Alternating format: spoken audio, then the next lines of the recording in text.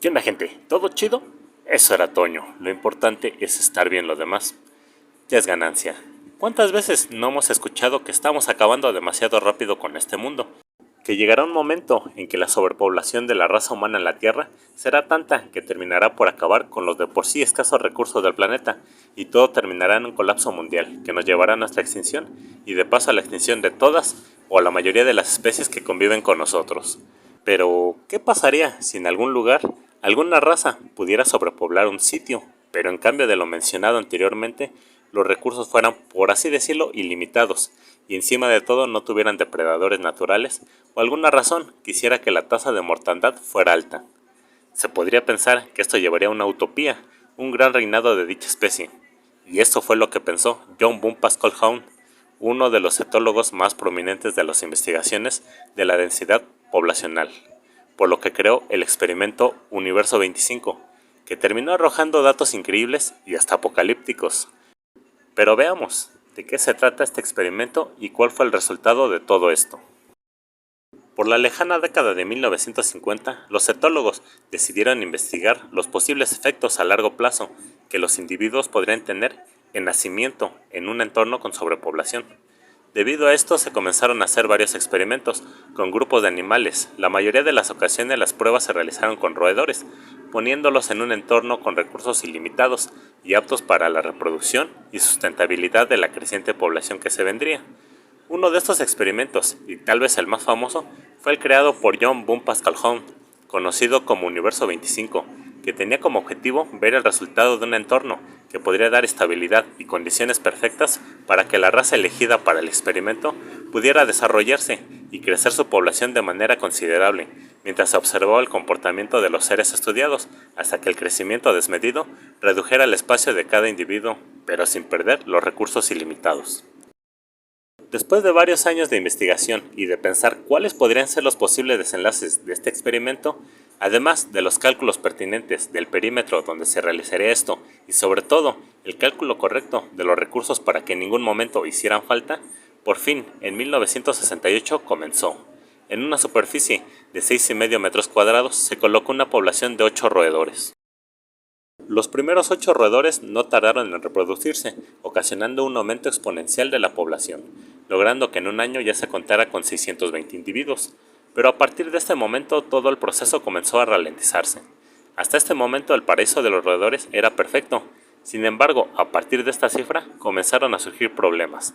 Como se había dicho, no era por los recursos, ya que ese cálculo había sido bastante bueno, pero comenzaron a surgir variantes que en un principio no se habían contemplado, pues la conducta de los roedores comenzó a cambiar y a ser bastante errática, pues parecía que los individuos ya no estaban tan a gusto en su hábitat, comenzaban a tener efectos por la sobrepoblación, que si bien aún no era mucho, el problema radicaba cuando los individuos iban por comida y agua, pues comenzaban a chocar entre ellos.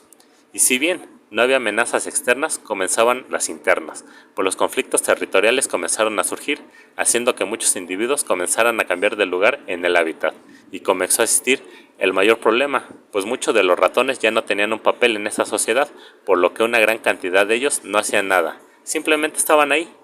Debido a esto comenzó la apatía, ya que varios ni siquiera se movían, solo permanecían inertes. A esta forma de ser, John la bautizó como drenaje o hundimiento conductual. Tiempo después se comenzó a ver que las hembras dejaron de querer reproducirse, y un poco más tarde los machos tuvieron la misma conducta, alejándose de los nidos y pasando más tiempo en el lugar donde estaba la comida. Los problemas territoriales se agudizaron, por lo que la mayoría de los ratones estaban heridos.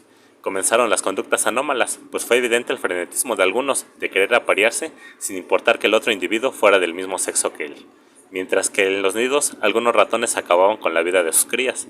Debido a esto algunos miembros eran expulsados y llegaban a comerse entre ellos. Sin embargo, y a pesar de todos estos momentos caóticos, surgió un nuevo grupo, que John bautizó como los guapos. Eran ratones que solo se dedicaban a comer, pero tenían comportamientos extraños, pues empezaban a acicalar su pelo. 2 años después, ya en 1970, el paraíso ratón se había convertido en un infierno, pues en este año nació la última generación de roedores, estancándose todo y la población comenzó a caer en picada. La población máxima llegó a ser de 2.200 individuos, comenzando la decadencia total, hasta que en 1973 el Universo 25 llegó a su fin. siendo que los recursos nunca fueron un problema. El drenaje conductual fue el principal responsable de este final prematuro, pues este factor nunca se llegó a tomar en cuenta, y por lo mismo resultó una sorpresa que este pequeño universo colapsara mucho antes de lo esperado, pues se calculaba que el hábitat podría albergar hasta 3.500 ratones sin ningún problema. Sin embargo, esta cifra nunca llegó a acercarse a la real.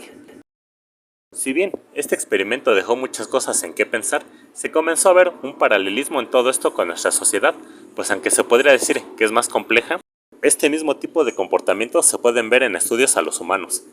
Basado en el experimento Universo 25, Jonathan Friedman fue un paso más allá, realizando un experimento con estudiantes que se les encargaban diferentes tareas en un ambiente de sobrepoblación, observando conductas agresivas, estrés y malestar de la mayoría de los participantes. Dándose cuenta que el problema no era la sobrepoblación en un área delimitada, sino la cantidad de interacciones que tenían que hacer entre ellos, lo que deja pensando cuál es el problema real en una urbe sobrepoblada, como son las grandes ciudades de los países, que muestran un nivel de estrés y malestar generalizado de la gente que habita o trabaja en ellas, llegando a que un gran número de individuos pierda el control, enferme o llegue al grado de atentar contra su vida o la de los demás. ¿Cómo ven, gente? Este tema está muy interesante, pero díganme ustedes qué piensan sobre todo esto. ¿Creen que se puede hacer una comparación real entre una sociedad de roedores y la sociedad humana? Déjenme todo esto en los comentarios, además de dejarme su like y compartir si el video les gustó. Suscríbanse, me tirarían un parote. Vamos por los primeros 1000. Y como siempre lo digo, muchas gracias por llegar hasta aquí.